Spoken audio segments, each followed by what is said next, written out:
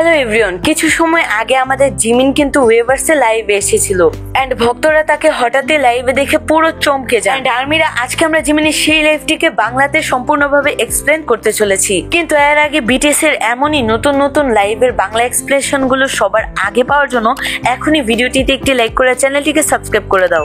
So চলো তাহলে আজারে cow cow বাদ দিয়ে ভিডিও করে শুরু। সো লাইভের প্রথমেই জিমিন বলে ওঠে, ও অনেক দিন হয়ে গেছে, আমার কি কোনো আপডেট করা উচিত? অনেক সময়ও হয়ে গিয়েছে। সবাই, এটা জিমিন। হ্যাঁ আমি, মানে জিমিন বলছিল আর্মিদেরকে অনেক সময় হয়ে গিয়েছে, তাই না আর্মিরা? জিমিন বলে, আমিও তোমাদেরকে অনেক মিস করছি। আর ঠিকই বলছি, অনেক সময় হয়ে গিয়েছে। আমি প্রার্থনা করছিলাম, অনেক ব্যস্তও ছিলাম। ধন্যবাদ সবাইকে। আজ প্রায় 2 বছরের মধ্যে আমার প্রথম শিডিউল, আর তাই আমি অনেক বেশি নার্ভাস ছিলাম, এটা সত্যি। আর ভালোভাবে প্রস্তুতি নেওয়ার চেষ্টা করছিলাম। হ্যাঁ, আমি তোমাদেরকে অনেক মিস করেছি আর ভাবছিলাম কখন ও কিভাবে আবার তোমাদের খুঁজে পাবো ও কথা বলতে পারবো।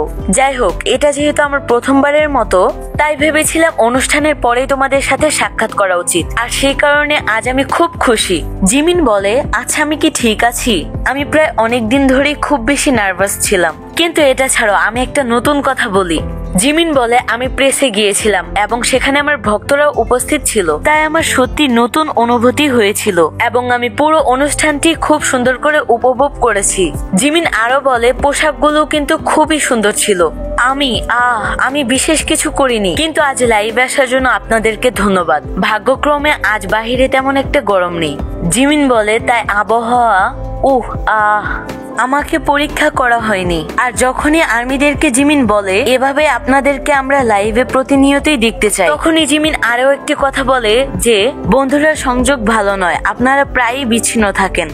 আমি কিছু জানি না, এই বলার পরেই তার লাইভটি এন্ড করে দেওয়া হয়। সো ভিউয়ার্স, এই ছিল জিমিনের আজকের লাইভের বাংলা এক্সপ্লেনেশন। সো এক্সপ্লেনেশনটি তোমাদের কাছে কেমন লেগেছে অবশ্যই কমেন্ট করে জানিও। Bye bye, tata, take care, আল্লাহ হাফেজ।